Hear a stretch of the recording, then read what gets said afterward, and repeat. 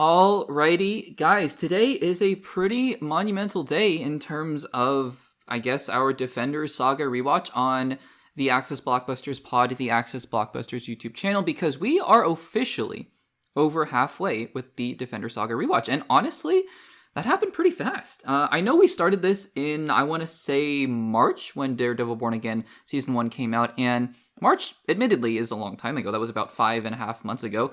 Still, it's been a journey, but it's gone by relatively quickly because we are over halfway there, and I'm feeling very optimistic about our chances to finish up the Defenders Saga before Daredevil Born Again Season 2, which is very, very exciting, hopefully ending up with a rewatch of Daredevil Born Again right before Season 2. Anyways, all that to say, that is the background of why we've been doing this, because today we're here to talk about the first post-Defenders series in this saga, The Punisher Season 1. Now, so for a little bit of background here, before we dive into all of this from my end, for those of you who are joining us for the first time, and if you are, welcome.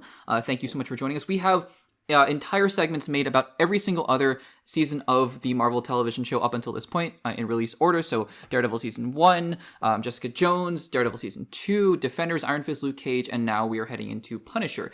I have seen some of these series before. So for Daredevil Seasons 1, 2, and 3, and the Defenders, those were actual rewatch segments, and we'll talk about Daredevil Season 3, obviously, later on down the line. But for Jessica Jones, Iron Fist, Luke Cage, and now Punisher, I actually had not seen those series in their entirety before. When I first saw those series, when I first saw Daredevil, it was really just to watch the Daredevil series. And I tried a couple episodes, I think, of Jessica Jones and Luke Cage, and I just wasn't super on board. So I watched Daredevil Season 1, 2, The Defenders, and then Daredevil Season 3. And that was the extent of it. But obviously I knew the characters of Punisher from Daredevil and the other characters from Defenders. So was a little bit familiar, but this was an opportunity for me to really dive into these characters. And I think, this wasn't the plan originally, but I think it's paying off big time because we've, as this rewatch has gone on, we've gotten little hints here and there of Jessica Jones is coming back. Punisher is going to play a big role. He's going to get his own special. And I'm really glad I started watching Punisher because I think it's going to play a big role in whatever's going to happen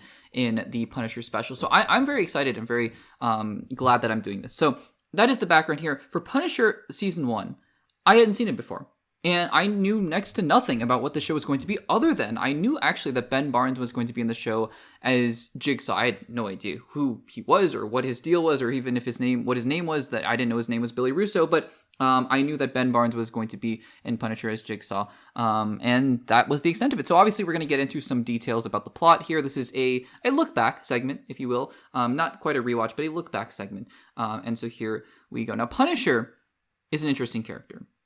Punisher is an interesting character because Punisher is the kind of character that you write as the quote-unquote protagonist, and it's a very loose term, right, when you're talking about a character like Punisher.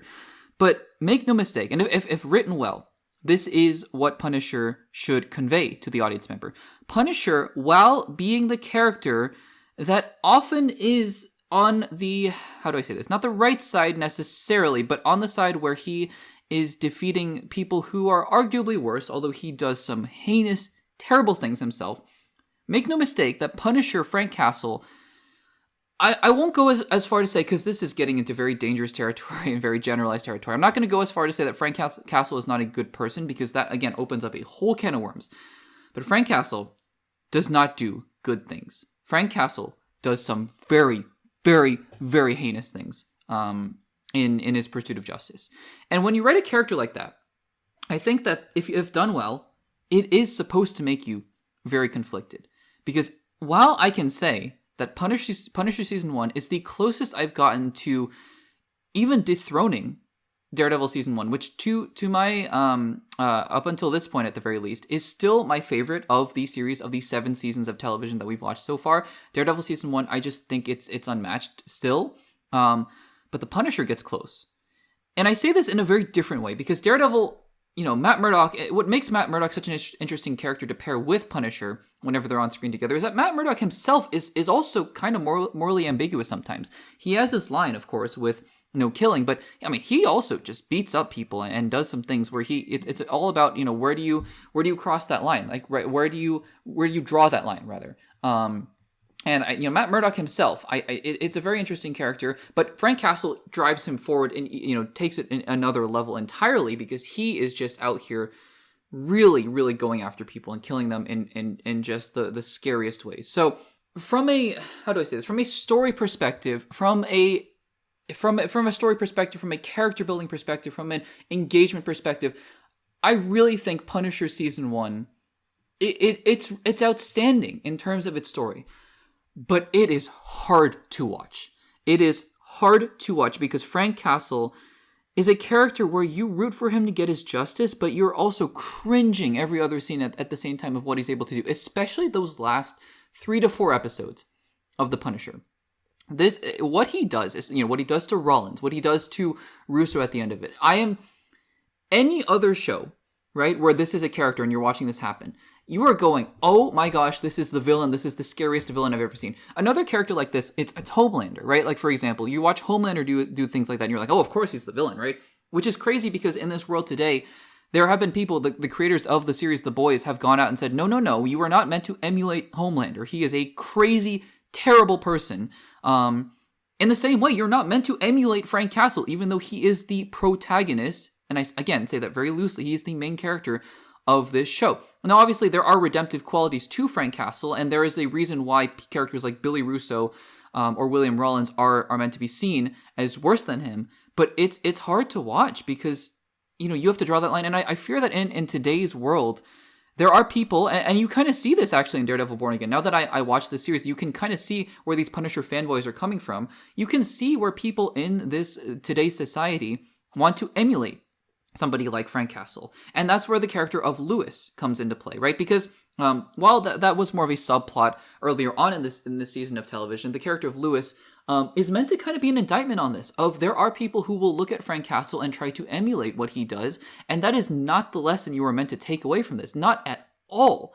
Because what I really admire about the way that this season is constructed is that this season dives into war and dives into military and dives into trauma. And I understand that this is generally not a channel for politics or, we don't necessarily dive into quote unquote real world issues all that much, as in like, we're not going to talk about today's news headlines in this segment, but we do talk about these kinds of things insofar as they're reflected in the shows and movies that we're talking about. And Punisher is a show that is not afraid to talk about the horrific atrocities that come out of war and come out of covert ops and come out of these kinds of things and the things that it does to soldiers, right? I love that Curtis is there to stand for the idea of we can move on. In a way, in a much more watered down way. Sam Wilson represents that in his first appearances in the MCU as he is a counselor for soldiers, right, for veterans. And this show is not it's taking that idea. Curtis is out here trying to allow help soldiers move on from the war. But there are those who, the guy that Lewis kills earlier on in this show, he's a little bit of a different case. He kind of faked his military experience. But Lewis himself is unable to move on. Frank Castle is one of those characters who's unable to sort of move on until the very end of the show. And even then, the last scene of this season is him grappling with that in that circle. It's not therapy, but you know what I mean. That circle where they're trying to work through their the different traumas and things like that. And Billy Russo is a character who was so entrenched in it that he was not able to turn back. And that's what I appreciate that so much about this show, that it's not afraid to really sit in that murkiness and allow these characters to wrestle with it in real time. Again, a lot of the things, especially towards the end, are very, very, very difficult to watch. The scene where Frank kills Rollins is one of the most horrific scenes I have seen in a long time. Like I said, one of the things, in addition to that, is when he goes after Jigsaw, or he's not called Jigsaw in this show, but when he goes after Russo in the carousel as well. But this show is not meant to tell you that Frank Castle is to be emulated and to be praised as a hero. Rather, this show is trying to tell you that this is a deeply, deeply flawed man who has this sense of justice that he's trying to execute as well. Other things that I really appreciated about this show: David Lieberman, Eben Moss-Bacharach. I had no idea he had such a major role in it's now the MCU, because I guess at that time it was sort of, is this MCU? Is this not? This was around the time when Infinity War was coming out, I think. And so it was just kind of like, what are we doing? Is this MCU and not MCU? Because they really weren't at post Defenders. they weren't really referencing MCU events anymore. Pre-Defenders, they talked a lot about Thor. They kind of made references to Captain America, the incident, the Avengers 2012 incident. So, but post-Defenders, I don't think they're making as many references to that anymore. But I appreciated Micro as a character because it really allowed Punisher to be anchored, right? One of the things I was worried about entering this season was how are they going to handle a character that is such a loose cannon like Frank Castle? And how are they going to ground him? And the answer is to really have another character that tethers him to the idea of what made him such an interesting character in Daredevil Season 2 was his family and the loss of his family. That is what ties and tethers Frank Castle to the audience in a really a meaningful way. And that I thought Micro was a villain at first, and I kind of was like, oh, but that's such a bummer, because the more that they reveal about his character and what he was going through, I was like, but he's such a relatable character, and he's really trying to do his best. He loves his family so much, and so much so that by that throughout the season, as Frank is interacting with his family, with his kids, with his wife,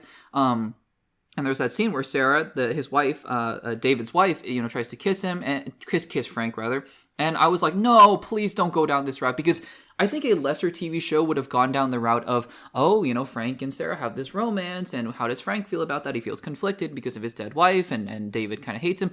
And instead, Frank is like, no, I don't want any part of that. And I applaud the show for taking that route, because that is in character with who Frank is. Frank is not going to abandon his own family, even though they're dead, because he's not going to do something like that.